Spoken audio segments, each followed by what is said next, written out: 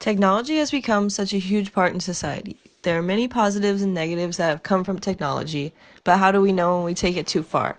Will we wait till it's too late before we understand the effects that we have caused? I stand here today to answer one philosophical question. What are the moral dilemmas with emotionally loving robots? First of all, what is love?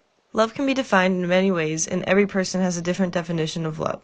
Love to me may not be the same to you, but most people can agree that it is a feeling of affection or liking, whether it be emotional or physical.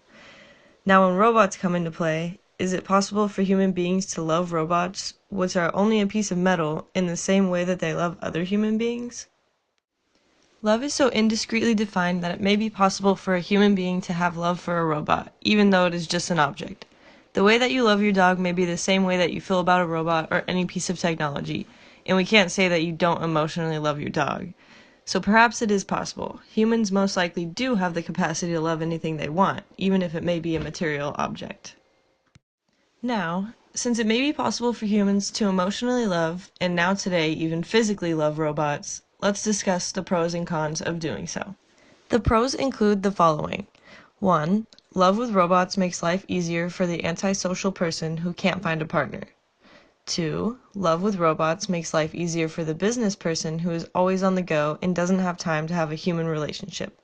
And 3. Love with robots makes life easier for those in the military who are not allowed to have sex with each other.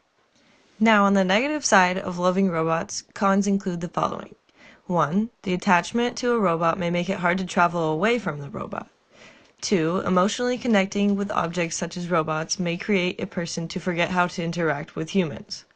3. Love with robots loses the human connection made between two human beings. And 4. Love with robots can lead to robots having just as much or more rights than human beings.